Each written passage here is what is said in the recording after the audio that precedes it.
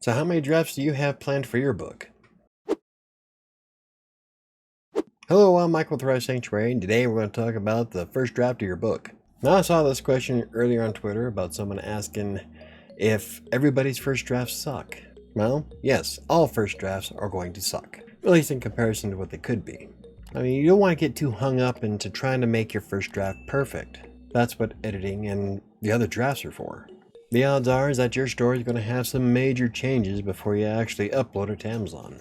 For instance, Kingmaker, my next book, has had a lot of changes since its first draft. In fact, I've added more than 10,000 words to the story overall.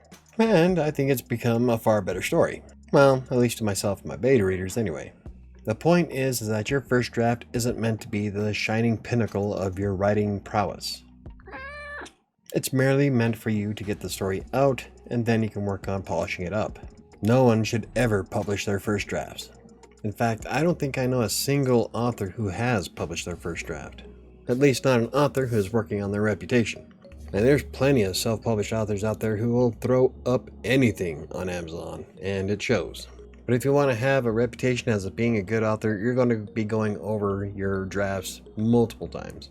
In fact, I've spoken with an author on Twitter who won't publish any of her books without a minimum of 10 drafts. Now, for me, that's a bit excessive, but each to their own. Now, this doesn't mean that you need to spend the next 10 years polishing up your book.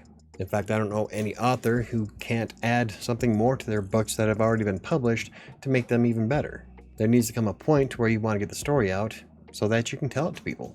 My point today is that your first draft is only the beginning. You'll make a lot of fixes and changes as time goes on. You'll probably even remove some parts and decide to add more parts to it. Each version is going to get better and better. Sure, it'll take time to go through all those drafts, but it'll also vastly improve the quality of the book you're putting out. Because no one wants to read anything that's a jumbled mess, especially if you're charging money for it. So don't get too hung up on your first draft sucking. It's going to suck.